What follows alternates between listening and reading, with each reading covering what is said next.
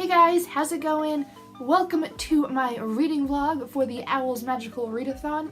If you're watching this, then apparently I did film and upload this vlog, or I'm just talking to no one and I'm gonna delete this footage because it was too much work. Anyway, if you didn't see the announcement that I'm participating, I will link it above as well as in the description down below. But basically, I decided halfway through the OWLs Readathon that I wanted to participate too because it seemed like so much fun. I decided that I'm gonna be a wand maker, and my TBR is also listed in that other video, so check it out if you want to know ahead of time what I'm reading.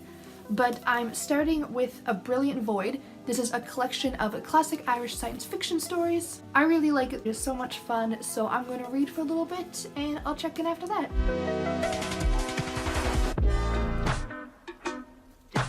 Alright, so I read 2 short stories. I was going to read just one, but the next one was just a couple pages, so I figured I would do both.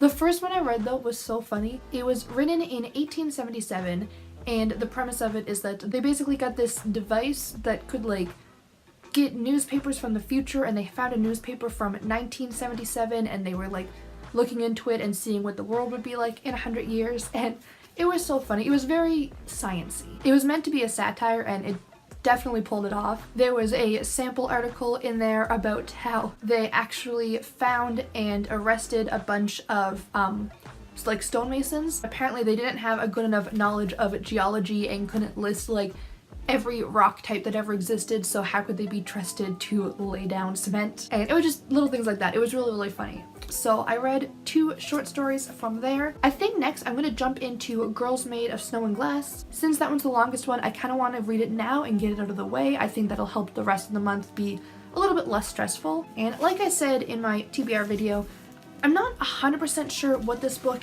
is about. Like, it's supposed to be a Snow White retelling or reimagining, but aside from that I really don't know much. So I'm excited to read it, give it a chance, and see what I think.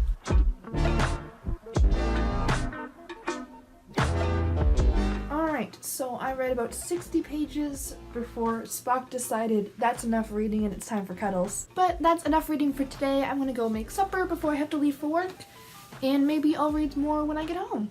I feel like this is a really awkward filming angle, but I'm in bed and I don't feel like going and getting out of bed and getting my tripod in.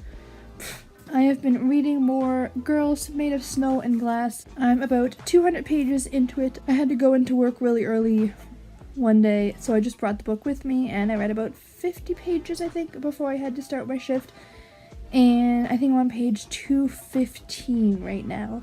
So making good progress. I'm really liking it so far. I'm seeing more of the like Snow White elements, so that's really cool. I read another short story from A Brilliant Void and really enjoyed that.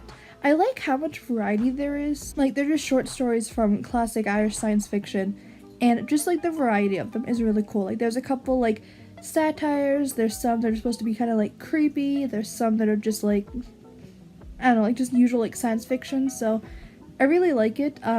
A lot of the ones I've read are from like 1800 and something, so I realized I really like reading like old sci-fi, since so much of sci-fi is, you know, taking place in the future, and it's just really cool to see like that long ago what they thought the future was going to be like. So I think I'm going to read more of this before I end up going to bed, and yeah, so far the readathon's going really good. I'm really enjoying it. I'm on my way to becoming a famous wand maker, so that's pretty good. But yeah, just wanted to check in. I'm gonna get back to reading, and I'll see you later.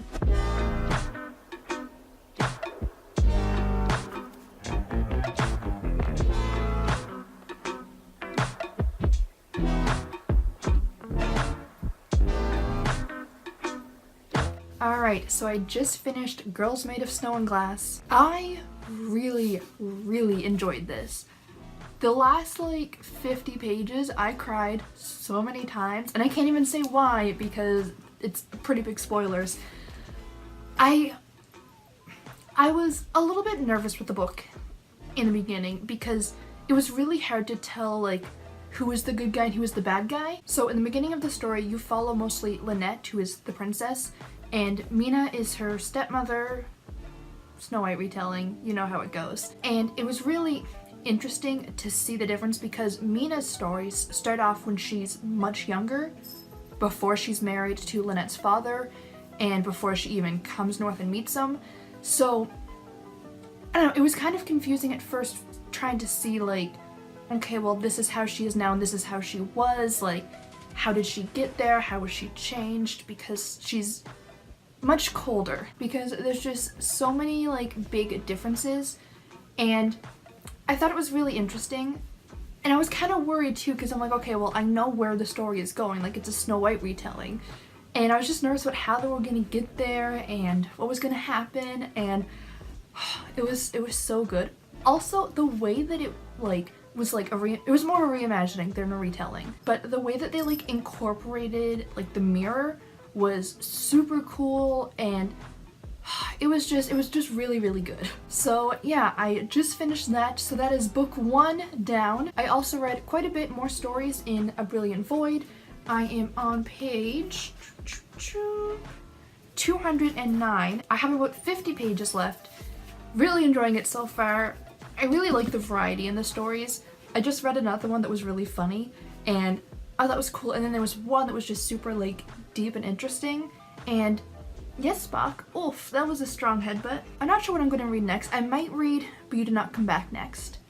I'm not going to read it now because I have just enough time to pack my lunch and get ready to leave for work. Today is April 21st, and I've almost finished the second book. So I have to read the 3 books in 9 days. But 2 of them are really short. Well, they're all kind of short. I don't know. I'm feeling hesitantly optimistic. Alright, anyways, I'll check in after. How am I supposed to read when there's such cute cats distracting me? Oh, they're so freaking cute. Alright, it's another awkward angle and really bad lighting because I'm in bed and it's 3:40 a.m.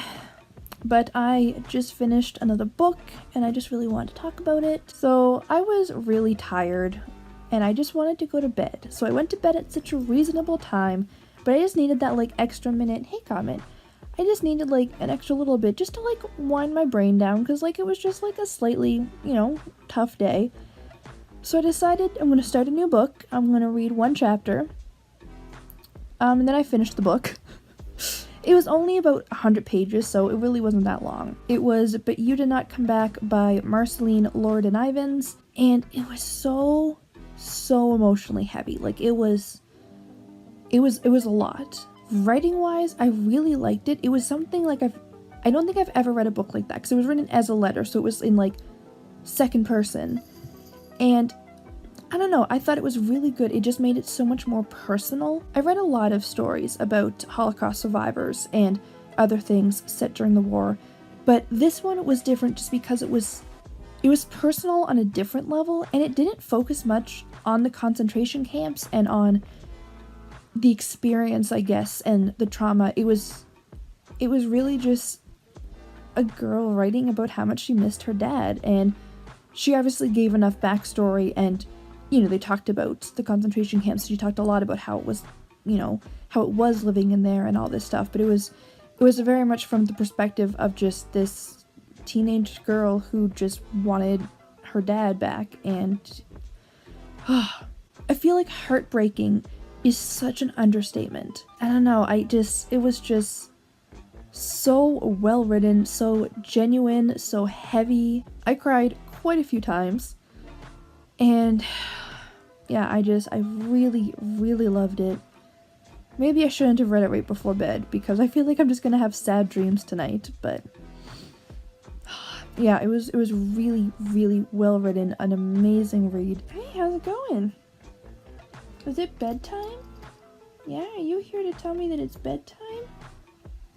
Okay, bye. Alright, well, I guess that means it's bedtime. I'll see you in the next clip. So I am reading some of Horseradish by Lemony Snicket while I wait for my video to export, and this is such a funny book. I love it. I love Lemony Snicket. I know I've mentioned this so many times, but I love him. I love his sense of humor. I love his like weird like quirkiness. Like, oh, it's just so good. But this one, there's a lot of them that are just plain funny, and there are some that are kind of serious, but there's a lot of them that like start off sounding deep, and then he like throws something funny in. Like there was one I just read. It is always sad when someone leaves home, unless they are simply going around the corner and will return in a few minutes with ice cream sandwiches. Or like this one, like it starts off sounding so deep. Deciding on the right thing to do in a situation is a bit like deciding on the right thing to wear to a party. It is easy to decide on what is wrong to wear to a party, such as deep sea diving equipment or a pair of large pillows, but deciding what is right is much trickier. The truth is that you can never be sure if you have decided on the right thing until the party is over, and by then it is too late to go back and change your mind, which is why the world is filled with people doing terrible things and wearing ugly clothing. Like, he makes such a good point at first, and then it just goes goofy, and then some of them are really just solid advice. It is very easy to say that the important thing is to try your best, but if you are in real trouble, the most important thing is not trying your best, but getting to safety. Like, I just love his sense of humor. I actually just finished this like a second ago. It's just... What I liked about this book is that I know I'm gonna pick this book up in the future and just flip through and reread some of them, and I'm just gonna laugh all over again. So this was great.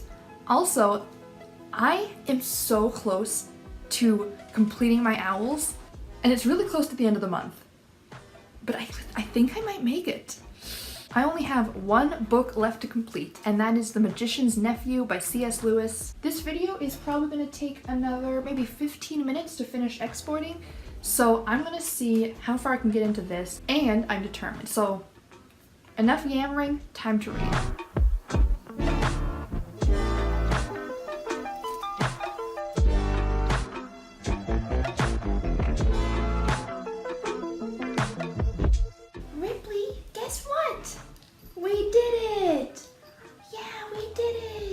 I just finished reading The Magician's Nephew, which was the final book I had to read for my OWLs. Today is April 30th, which means I finished them in time. I love readathons. I love how like accomplished I feel. This was great. This is really, really good. Right, Ripley? Ripley's so excited. Come here. I know. Isn't it great? Yes, it is. This is really why I love Read-Athon so much. It's great motivation. It really gets me into the mood for reading, and it really just gets me excited, and it makes me feel accomplished. Ripley, excuse you. I'm gonna film a proper reading wrap-up. I'm gonna film a proper Read-Athon wrap-up probably tomorrow. And I'm probably gonna post it before this one because this one is probably gonna take longer to edit. So if I've already posted that, I will link it up in the cards. But thank you guys so much for watching. I had so much fun, and I had fun interacting with other people doing it and watching other people's vlogs and just like, I don't know, feeling like this amazing reading community, right? Ma'am. So I hope you guys enjoyed this video. Don't forget to like it if you did to let me know, and subscribe if you want to see more reading. And now I'm just so much more excited to do the Newts exam in August, I believe it is. So don't forget to subscribe so you can stay up to date with that. By then I'll probably be better at vlogs, so it'll be a better vlog than this one. This one was poor planning on my part, but that's okay. That's how you learn. So I hope to see you guys next time, and until then, have a great day. Bye!